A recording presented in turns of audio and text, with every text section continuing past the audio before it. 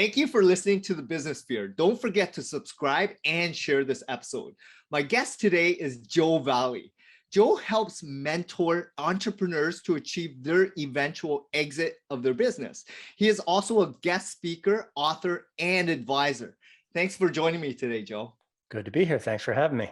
And I know I haven't read your book yet, but I'm waiting to actually receive it to then absorb that content, because this is something of interest to me, M&A. So I'm gonna ask a ton of questions, but first off, can you share with the listeners how you became who you are today? Sure, absolutely. As you ask that question, a name comes to mind, and it's actually Stanley McCurdy. So Stanley, if you happen to listen to this podcast, thank you. Stan and Sandra were good friends of my parents. They used to play Chinese checkers, and I could hear Sandra laughing at night. I'm trying to sleep, and she's making so much noise. When I was a kid, I went to work for Stan. And one night when they were over playing Chinese checkers with my parents, I was complaining as a kid. I was maybe 14 years old. I didn't have enough money. And Stan just straightened me right out. He was a no bull kind of guy. And he's like, work more. There's plenty of work to do. Just ask Kenny for more work. I was working for somebody under him named Kenny. And it was simple as that. I'd always been of the hardworking entrepreneur mindset, but at that point, something had shifted the wrong way. And Stan put me back on track. You know, when I was younger, my first sort of muddy grasp, and this is a play on words on supply and demand, was I grew up in Maine, and every night I would go out with a flashlight and catch night crawlers.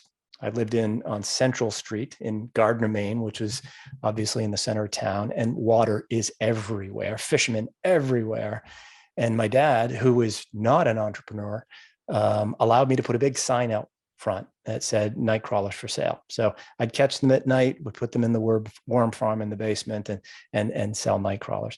So I always had that entrepreneurial spirit. Stan made sure that I understood that hard work was necessary all along the way. Fast forward to college, I started a company called The Wrong Number, which was really kind of a long story, but I won't tell too much of it. But it was a restaurant delivery service specifically for college students. I was approached while working part-time at a restaurant by a guy named Michael Hackle, who ran a company called Dining In. He walked in, jeans, t-shirt, very casual, and wanted to deliver for the restaurant that I was working for.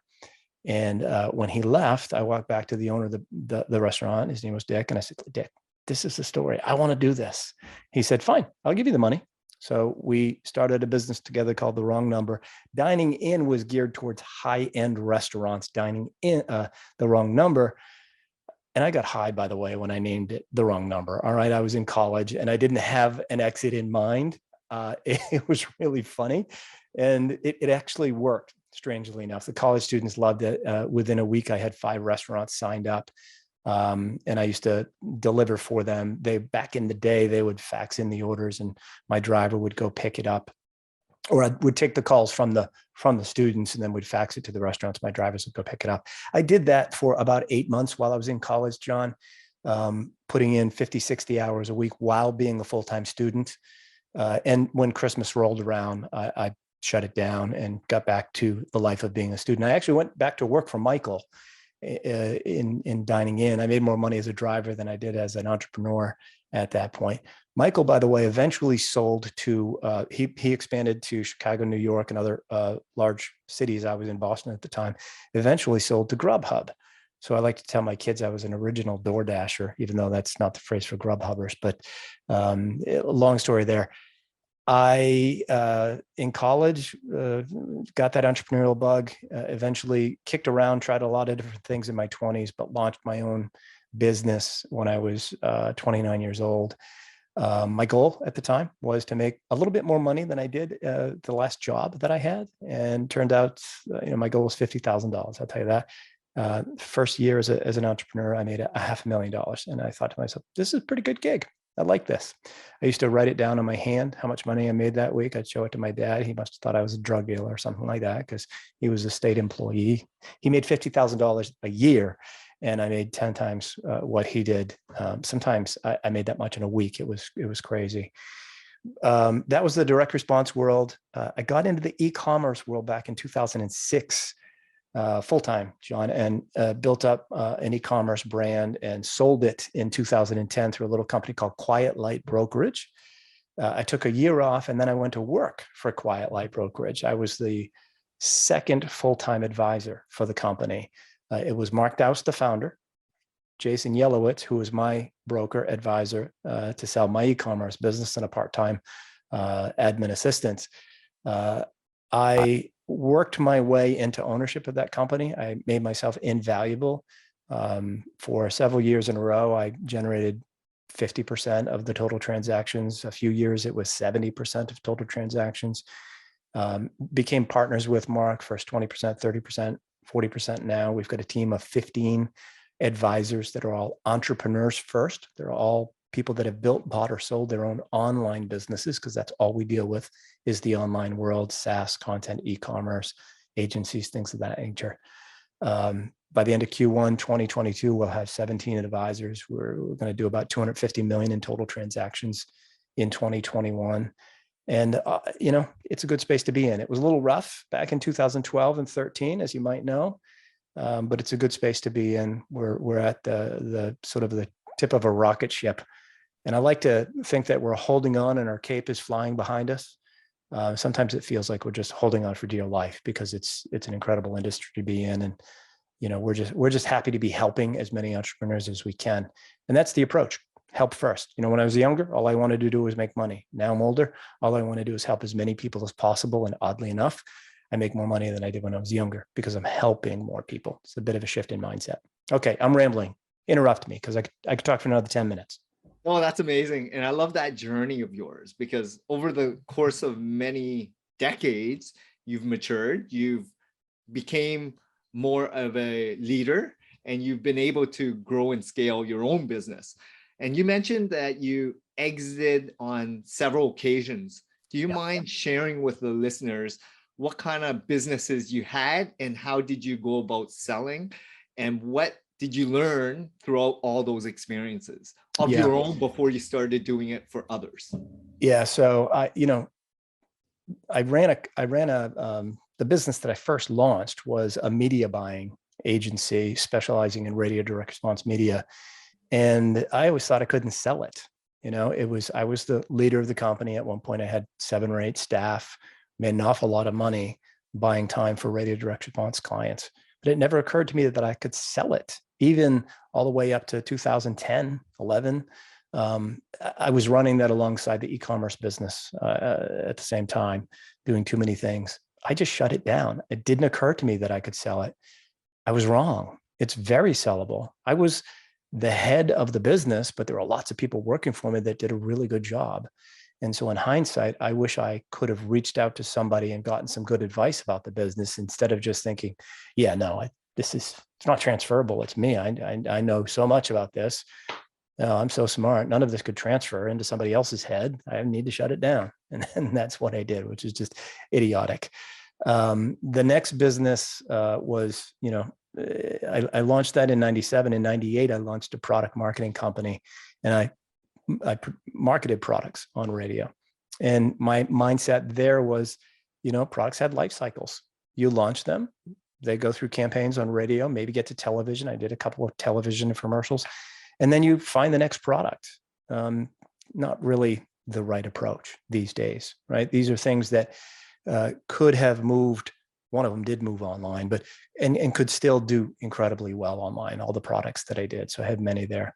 The first actual physical product that I ended up selling is not one that I built. I partnered with somebody. I bought into it. It was a little company called Cord Hog, an organizational product company. And we built that after I sold my last brand through Quiet Light. It wasn't a big sale, but it was an interesting one. First time I really played in the Amazon space, and got that sold in 2013, I think. But the one that really introduced me to Quiet Light in the process there was the supplement company. I started on radio in 2001 with that business as a single type of supplement for detoxification. And then in 2006, took it 100% online. I dabbled online a little bit with it, but I took it 100% online after doing radio and then a television infomercial. And I expanded it into a digestive wellness center or product line. So there are multiple products. I hired a very good web developer, a guy named David that owns Dirigo Design and Development up in Portland, Maine. And he said to me when we first met, look, Joe, you just have to write good quality content and over time, Google will reward you. I didn't know anything about gray or black hat SEO, not until after I sold the company and I bought a business that was built on that. But that's what I did. I wrote good quality content over a period of 4.5, 5 years, and Google did reward me. I also spent a lot of money on PPC at the time, but that's the business that I exited through Quiet Light. And unfortunately for Quiet Light, I woke up and I decided to sell the business. That was my mindset. I woke up in early 2010. I lived in North Carolina at this point. My wife and some of her friends were out by the pool with our kids who were toddlers back then, having a marvelous time. And I'm sitting in my office looking out and thinking, I'm miserable. I'm not enjoying this business anymore. And I started just Googling, could I sell this business? And I reached out to 3 brokerage firms. 2 of them were just trying to get their hooks into me for a commission. The third was Mark at Quiet Light. And we had a good conversation, and he needed to follow up with me and get my P&Ls and actually look at them and digest them and give me a real value opinion. By the end of that second call that I had with him, John, he said, look, you've got a sellable business today, but based upon the trends, if you wait another 6 months, you're going to make an awful lot more money. Let me explain how. And he showed me how, older months fall off the P&L, newer ones come on and boost the discretionary earnings. So I waited until November of 2010. Actually, it was October that we listed the business. We had a quick transaction. It was under LOI and closed within about 6 weeks and sold it in November 2010. That's amazing. And ever since, you've been at this existing business that you're a part of today? Yeah, well, I joined the company in 2012. And I think that first full calendar year of 2013 for me, the first full calendar year, I joined in April 2012. I closed personally 23 transactions, and they were only maybe $125,000, $130,000 as an average deal size. And it was myself and Jason and Amanda joined shortly after I did. Today, it's average transaction size for 2021 will be $2 million. Again, 15 advisors. I've personally closed about 100 million in total transactions since joining the company in 2012. I no longer broker. My last deal closed in January of 2021, and now I'm focused on podcasting, marketing, selling the Exitpreneur's Playbook, networking, and just helping build our brand and reputation a little further than it is today. Oh, that's amazing. And I love that whole process, right? Because you have to be in it, understand the process, learning how to go about selling a business before you inform others, right? So in terms of like the last couple years, I know there's been this huge shift, right? From bricks and mortars to this new digital landscape and e-com and, the Amazon effect, right? Have you noticed like a lot of product play are doing FDA, like the Amazon kind of businesses, or how is Shopify performing? Because this is your space. You basically see new products, new brands being created, and people want to exit. And is there a shelf life before they tend to want to exit? Or is this more, they feel like this is their baby. They want to keep it and hold it for as long as they can? Yeah, everyone's a little different, of course. The world that we live in has changed dramatically, from just 5 years ago. In 2016, I wrote I want to call it a booklet, right? This is a book, right? It's 300 pages, the Exitpreneur's Playbook. All those books behind you are real books. I wrote a booklet in 2016 called 10 Steps to Selling Your Amazon Business. Nobody cared about it, right? It was ahead of its time. But it showed that you could actually, I was trying to educate people that you could actually transfer a FBA account fulfilled by Amazon seller account. You could actually transfer the ownership of that, even though Amazon in their terms of services said that you couldn't. I had documentation that showed that they did it. I'd done it many times and I had them tell me how to do it. So I wrote that book, pamphlet. And even back then, the multiples, John, and multiples are how businesses are sold in this space. Even in the brick and mortar space, it's still multiples. So for us, it's a multiple of sellers' discretionary earnings, or a simple term is owner benefit. That includes your salary, your net income plus your salary, some one-time expenses, cashback monies, things of that nature. Total of different, 3 different levels of what goes below the net income. They're called add backs. I've got 3 different levels of add backs in chapter 11, and there's a total of 18 different add backs. If you sell your business without doing an add back schedule, you are giving your buyer instant equity, or what I call an ignorance discount. They'll be thanking you for many years because they're going to be able to resell that business for a huge profit because you didn't price your business properly. But the pamphlet back then, the booklet, didn't do very well, and Amazon businesses were really hard to sell. In fact, all online businesses were really hard to sell. We used to list businesses at 2.74 multiple, so they would round down to 2.7, right? Because buyers didn't want to go over 2.7. They just, a lot of pushback. Today, it's a completely different world. There's a belief and trust that these online businesses are real legitimate businesses. COVID pushed that a little bit further because a lot of people, my father, who's 85, shops online now. There are aggregators of FBA businesses like Thrasio, Razor, Perch, Boosted, Profound Commerce. There's a lot of them that have raised hundreds of millions, in some cases, a couple of unicorns with Razor and Thrasio, to buy these FBA businesses. So that has educated, everyone that they can actually sell these and push the multiples up because they're competing against each other now. We used to say to our clients that came on board that, the goal in listing the business timing wise, because they always want to say, oh, how long is it going to take between listing the business and getting it sold? And I'd say the goal is to get you on 3 to 5 conference calls with qualified buyers within the first 30 to 45 days of your listing going live. And then if it's a cash deal, we're going to close in 30 to 45 days. If it's SBA, it's going to take another 60 to 75. Today, very different. We've got an average of 4.5 offers on every listing year to date in 2021, and the multiples have jumped. A business that might have been worth a 2.7 multiple back in 2016 is probably worth 3.5 to 4 or 5 times today. The multiples are being pushed up across the board for businesses that are smaller, doing 100,000 in discretionary earnings, and naturally those much bigger doing $1 million in discretionary earnings. As the businesses get larger, John, the multiple goes up as well, because the larger they are, the lower the risk, the higher the multiple.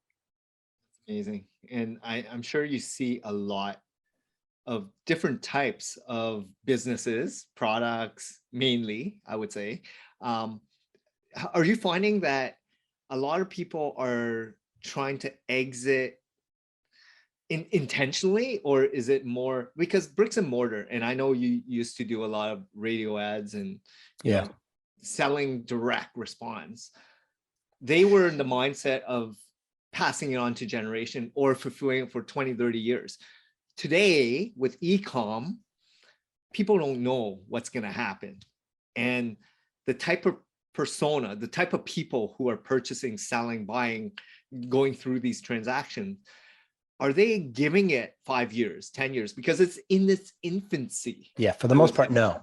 For the most part, no. And one of the reasons is not because they're immature, the industry's immature. It's because if you've bootstrapped an e-commerce business, meaning physical products, and it's, got hockey puck growth, you're actually not making a whole lot of money. You're not putting a whole lot of money in your pocket. Why?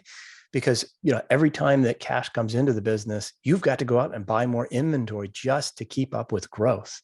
And so, the starvation mode for 2, 3, 4, 5 years gets really tough when you're doing 5 million in annual revenue, but you're not actually putting a whole lot of money in your pocket because you're growing like crazy.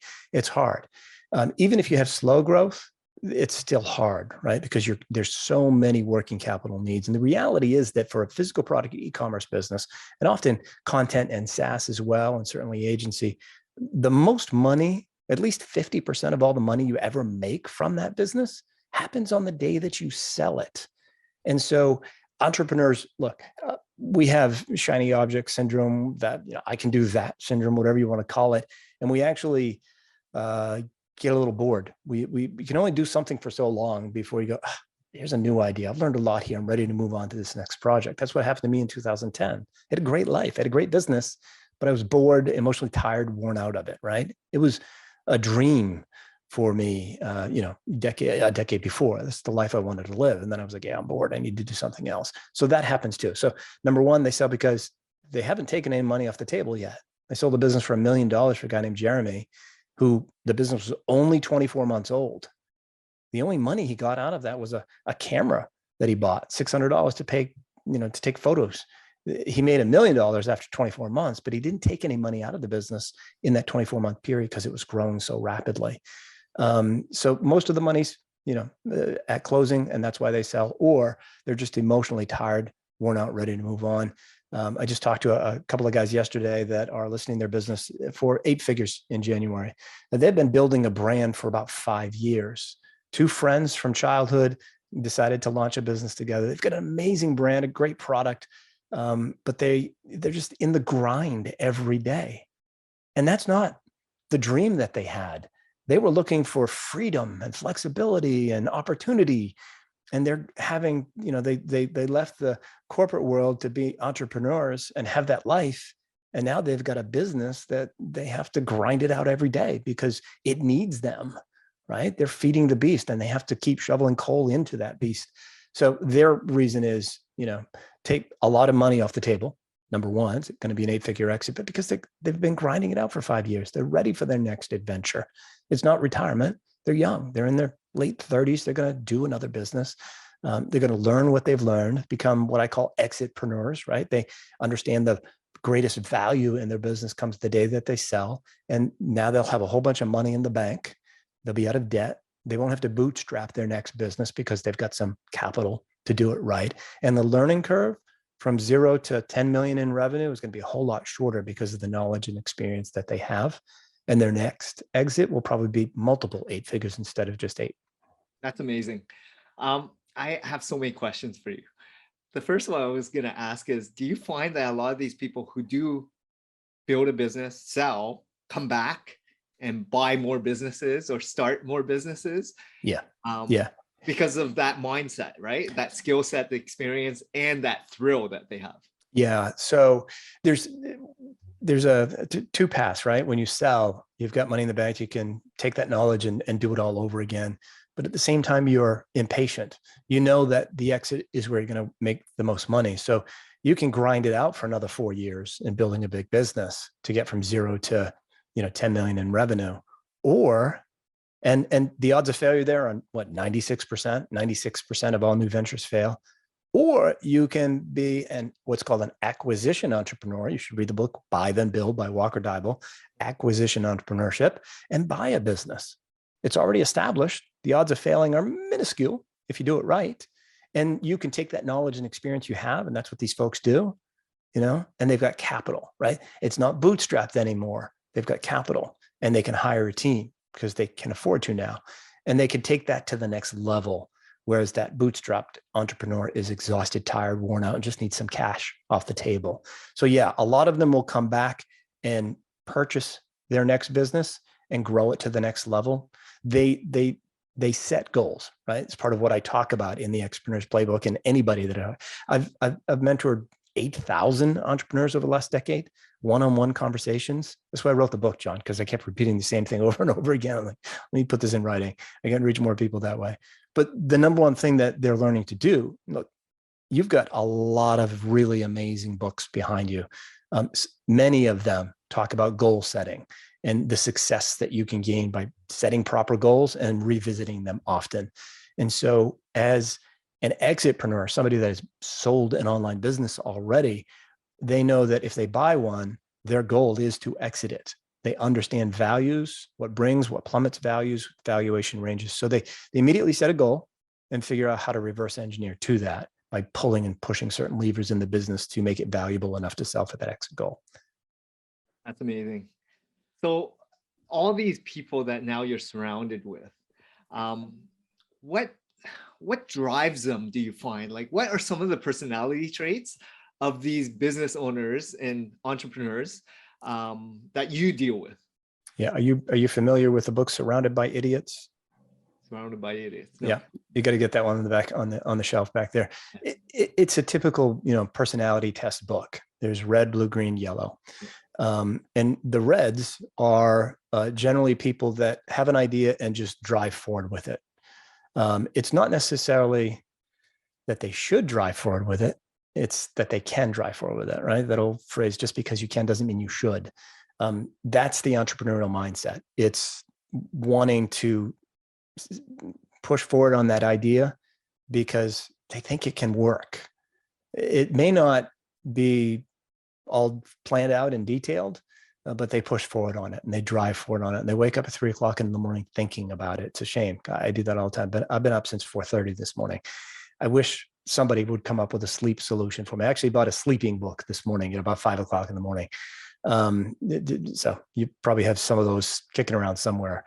I think your way to sleep is just to work your tail off with, exercise and all this, proper eating and all the things that you do so well.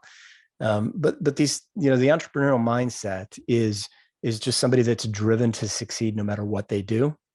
They focus on a goal, and of course, family is incredibly important. That's the number one goal, and why we become entrepreneurs many of the time, so that we can spend more time with our families. And then they sell because they're grinding out in the business and not spending as much time with their families. And sometimes you can find that balance. I've got that with Quiet Light now and the Exitpreneur Playbook. It's very balanced. I work from home, have since, I want to say 2006, and drive my kids back and forth to school. They're actually 18 and 20 now. They drive themselves, but it's that driven mentality where they think, I can do that. I'm going to go ahead and do that. I'm going to push forward with that, and living a lifestyle where they don't want to have a boss or answer to anyone. And they enjoy, talking with colleagues and joining mastermind groups and sharing ideas and helping each other, not necessarily to benefit themselves, but to benefit everybody. And when they do that, those masterminds lift each other up, the people in it, and their businesses grow. And eventually, they either exit through an exit, or they exit without exiting by putting in a C-suite level of executives and moving themselves to the board. And that's another way of exiting as well. That's amazing. So I know you mentioned in our earlier conversation about changing the mindset of being a giver. I'm a huge advocate of grinding it out, but also understanding where the true value is. And when you start helping more people, amplifying your message and giving more, things will happen. And it's a multiple of what you were used to.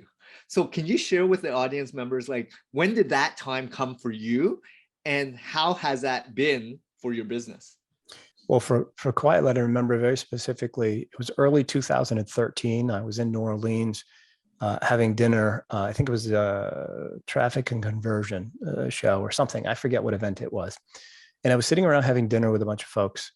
And it was my first full calendar year as an advisor. And someone said, well, what do you like about it? What's going on? How are you enjoying, your new role as an advisor for Quiet Light? And I said, honestly, I love it. I love working with, other entrepreneurs and helping them understand the value of what they have and march towards their eventual exit goals. And I'm just having a good time helping people. And somebody sitting next to me said, they called bull, and said, that's not true. You just like making money. I wasn't making any money then, John. So it was completely wrong. I'd made plenty of money in my life. And in this role, it was really evident when I had those first 3 phone calls with 3 different brokerage firms. 2 just wanted to get their hooks into me for a commission. They were being very selfish, which actually caused them to make no money because I didn't hire them. And if I had hired them, they would have made less money because I would have sold then. If they helped me first and shifted their mindset to helping me as much as possible, they would have won my business, number one, and they would have made more money because they would have advised me to wait. And then I would have listed my business for a lot more.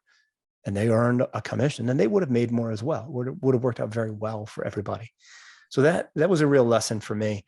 And it's always, again, back when I was first launching, it was just about making money and how much I made.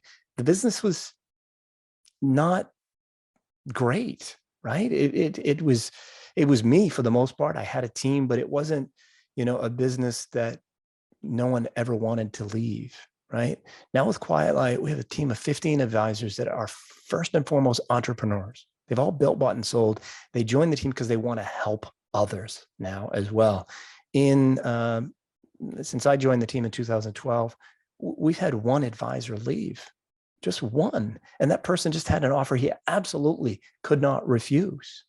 And so everybody has that helping mindset because they're old enough and mature enough and done well enough financially. They realize that that's number one, being a good human, number one, being a good human. Two, you do actually make much more money in the long run, and you're doing it the right way. You're helping others, and whether you're selling grilling aprons or fidget tools or whatever, if you just have that mentality and shift your mindset from I'm going to make as much money as possible and I'm going to sell my business to I'm going to help as many people as possible. I'm going to build an amazing business, and eventually I'm going to exit at a great price to a great buyer for a great value, great terms and all that. There's a lot of greats in there. And you just have to shift your mindset a little bit from, it's not just about you, it's about your customer, it's about your clients, it's about your friends, it's about your mastermind members, lifting everybody up. And ultimately, rising tide raises all ships, right? No, this makes total sense. Like perspective of not just where you're at, right, in your business journey, but in life in general. Because to be a better human, that means if you're a parent, you got to be present.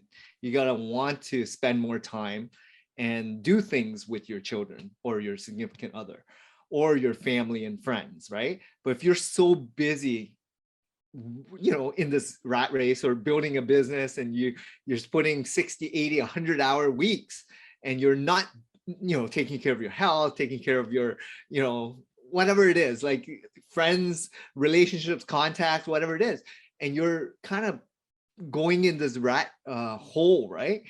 It's very toxic. So I always talk about like lifestyle and balance and really understanding, like this is what you mentioned before, like goal setting, right? Like, why are you doing what you do? Are you really enjoying this business? And ultimately, where do you want to be? And I always do this goal setting with all my team members, like 3 months, 6 months, 5 years, 10 years. Like, how do you picture your life? And let's work backwards so that we can slowly achieve and accomplish. And yes, there's going to be challenges. There's going to be a lot of, hills to go over, right? But if we do this together, we're going to actually have fun with progress. Yeah, no, it's reverse engineering a path to that goal. You got to set that goal first, and then you got to figure out where you are today. If the goal is to work 20 hours a week and live in XYZ house or neighborhood, you got to figure out what's it going to cost to do that. That's the goal. How much you're making today, where you live, what are the rents, all of those different things. When I was, I think I was 29 at the time, 28 or 29. I went through one of the Tony Robbins programs. Back then it was, you ordered it from a TV infomercial, you bought the tapes, the books and all that kind of stuff. I think $150 or something. And in it was a goal setting exercise. And I went through that very, very explicitly. And it was, there was something about the boat on the water in the Portland Harbor. I ended up with a boat on the water in Lake Norman in North Carolina instead. It's fine. It's good. But I described the woman that I wanted to marry in detail, the height, what type of personality, athletic, these types of things, driven, that kind of stuff. She showed up. She showed up in my life at that company I worked for. She was in the training class that I was training. And, a couple of years later, we were married after I set those goals. I revisited that years later. I was like, oh my God, Christiana, take a look at this. This is incredible. This is you. Look at this. So I think if you set those goals and you put it in your mind and you envision it and revisit it, I think these days, you really can achieve them. You just have to understand how important it is to revisit them, and that I'm of a mindset, John. I don't know if you are. Some people, say set a goal and just, go after that specifically and don't change it. As we grow and mature, our wants and needs and desires change as well. So, I do. I'm an advocate of revising those goals along the way, right? Even just a year ago, I set a personal financial goal and a goal within my company. I've already revised it because some things have happened and we've changed a little bit. I'm like, okay, yeah, this is cool. I'm liking this now. I'm going to shift that goal over here and tweak it a little bit. I might be exiting without exiting, if you will, right? Maybe I don't have to exit to achieve my own personal goals. Maybe I'm going to exit without exiting. I love the strategic advisory part of my role here at Quiet Light. And we get big enough, I don't have to exit to take money off the table. I can be an advisor. I've got a board of a C-suite level of executives and have them be in the daily grind instead of me, And I know you're at a mindset which is a little bit different than a lot of entrepreneurs. They want to get to that stage where peace of mind, clarity, and then making sure that you have everything in place. To get there takes a lot of grit, determination, a lot of grind itself, right? Yeah. But did you find that having mentors, mastermind, going to events, doing a lot of, I know you mentioned about your next door neighbor, having that hard work in you, put you in a different space? Like, because a lot of people think Hell they yes. can do it themselves, right? Hell yes. No. You get the harder you work, the luckier you get, right? You grind it out. You ask questions. My son is looking for an internship now. And I said, look, you reach out to so-and-so and they may not be the person that's going to give you that internship, but their buddy may have the perfect opportunity for you. So you network, you make connections and you build relationships. So I think, for me, when I took that radio direct response product 100% online, I connected with the right web developer through somebody else that wasn't the right fit for me. So it was reaching out to others, having communications, learning from them, talking about my goals, and them saying, yeah, this isn't actually the best fit, Joe, but you need to talk to David. And that happens every day today. A lot of what I do is just referring people out to the right person that they should be talking to. That's probably 50% of the phone calls. Somebody will call me and say they want to do something that they thought I might be able to help. And I'm like, actually, you got to talk to so-and-so. They're going to really help you with that. And that person may not be that perfect fit either, but they've made that connection, and that connection would lead to the end goal that they're looking for. I don't think there's any way to do this alone. I've had mentors along the way. First, it was Stanley. Now it's Uncle Walter. Been Uncle Walter for a while, off and on over the years. He's mentioned in the book, I believe. It's just advice from those that have gone before me. And, people around you, they don't have to be older than you, by the way. There's, in this e-commerce, in this online world, whatever you're doing, there are people of all ages that are incredibly successful. I was at an event for 8-figure sellers a couple of months ago, and, a 27-year-old gets up and is talking about how he did $75 million in revenue in the last 12 months. And he gave a presentation, and it was a small group, maybe 25 people. And my question was, aren't you exhausted? That's incredible, everything that you've done. He's like, no, this energizes me. I'm jazzed up. That's a true entrepreneur. He's driven to succeed through that process. He's young. He's got lots of energy. He's willing to try all sorts of different things. And he's part of a mastermind where you can bounce those ideas off of. All those people there were part of the same mastermind, and they're sharing ideas and experiences, whether it's the right SaaS product to use or the right copywriter or whatever it might be. They're helping each other, and that helps their businesses grow. And I love the fact that you're telling everyone that it's all about putting yourself out there. A lot of people are afraid of what other people are going to think because you believe you're probably not to their standard or they're so far ahead of you. But Absolutely. Without knowing that, I always say, just go out and make relationships, connections, and talk, because the people that are a couple steps ahead of you are more willing to give you advice because they understand what you're going through. They are the most generous, honest kind of people that are givers as well. Well, you're hearing me on this podcast. I'm running off at the mouth here, but I'm an introvert. So these types of things that you're talking about are struggles for me. I was at an event a few years ago, actually more like 7 years ago, and I didn't really know anyone at the event. I was, new to going to masterminds and stuff. And there was a party that evening, the night of, right, that everybody gets there.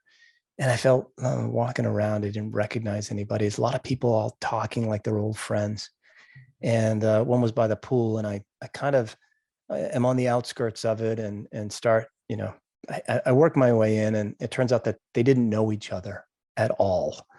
And they were all just getting to know each other. So it took so much courage for me to walk up and say, hey guys, I'm kind of new to all this. This is amazing, great place. I'm Joe. This is my story.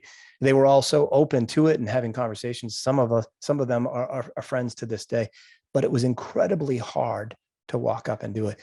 There was another time when there was an amazing speaker, got up, did a presentation at an event that I was at. And then I saw him at the next event that I was at. And I'm like, I have to say hi to this guy. And I figure out where he is, and I see him. He's sitting on the couch by himself. I walk up, shake his hand, say hello. To this day, I sold his business. I sold his business partner's business. He's referred 21 clients to me. I looked it up yesterday, 21 clients to Quiet Light over the years, because I had the courage to walk up and say hello. And I helped him, with his eventual exit of his business, he's one of these entrepreneurs that has shiny object syndrome, but he was over leveraged and needed to sell. And I was there for him when the time was right for him. I filled a need. And if I hadn't had the courage to walk up to a total stranger and say, hey, man, I saw your presentation. It was fantastic. I'm Joe. This is what I do, and love to help you any way that I can. If I hadn't had the courage to do that, I'm not sure where Quiet Light would be today, to be honest with you, because he's an important person in our network of friends and relationships. So you got to get yourself out there. Just have the courage to say hello. Simple as that. And these are skill sets that a lot of people in the business world, there's invaluable skill sets that they need to harvest. And one of them is not just sales and marketing, but just being like going out and doing things that are relationship building in nature, brand awareness, like getting out there, even though it might be uncomfortable, letting people know what you do, right? Like a lot of people are afraid because, they've been at it for so long that they think what they're doing is the right way to do it. But yeah, like I love the fact that you're mentioning, like, just go out and step out and outside your comfort zone, right? Go and meet new people. Yeah. There's a gentleman that I've worked with over the years. He was a client first. Now he's a good friend. His name is Ramon Van Meer. And he does it better than anyone that I've met. We were both at an event called Blue Ribbon Mastermind, and somebody got up and spoke, and the speaker just did an incredible job. And she was the vice president of a very well-known company. And, it was a little intimidating, even, for people that are very successful, a little intimidating. Well, Ramon is an immigrant, came to this country, as a single dad, real challenges, like literally like sleeping in an airport, just like Will Smith in the movie there. I ended up selling his business, his maybe fourth or fifth business, for just under $9 million. Incredible success. He just figures stuff out. He was invited not to finish high school in Denmark, where you are required to finish high school.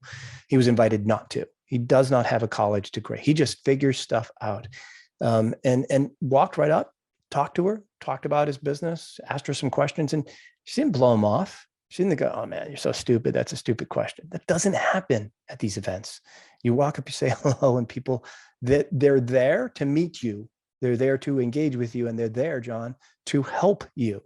And they're not, as Ramon said to me a couple of weeks ago, he's like, look, you have to actually ask your friends for the help. If they don't know what you need or what you want, they can't help you.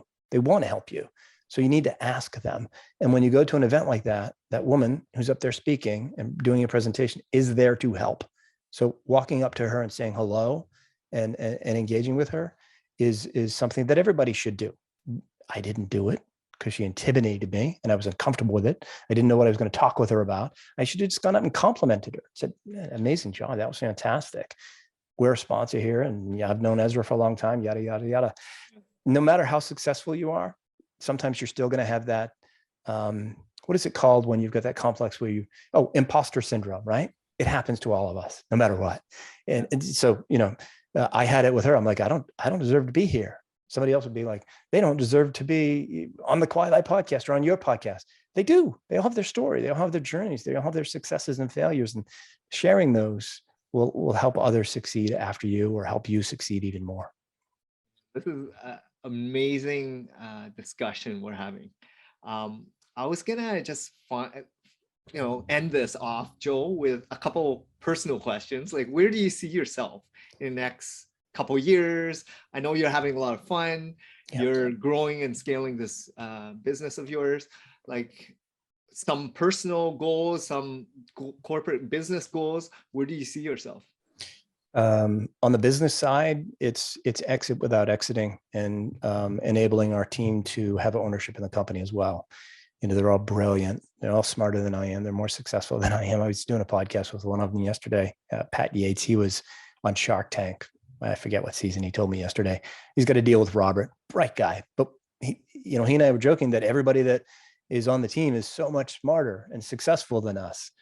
So, securing them as investors in the company, having shares of the company, is one of my personal goals. Mark, my business partner, and I are going with the whole exit without exiting, because the company is big enough, large enough, and can support a C-suite level of executives. So we're going to move ourselves to the board and have, a CEO, CTO, CMO, COO, that kind of stuff. And that will leave more room for us to do the projects that we are passionate about or enjoy, both on the personal and professional side. Personally, I got to figure that out, John. You need to share some of your fitness books with me so that I can get in the kind of shape that you are, sleep better, that kind of stuff. Those are actually personal goals for me. I'm 56, as we talked about. I'm in relatively good shape for a 56-year-old. I weigh the same that I did when I got married 24 years ago. And that's through hard work and exercise and eating right. But I can do better, and I want to do better. My youngest son just got the acceptance letter to Davidson College yesterday. So he'll be off to college in August of 2022. And my wife and I will be empty nesters trying to figure out how to spend our time.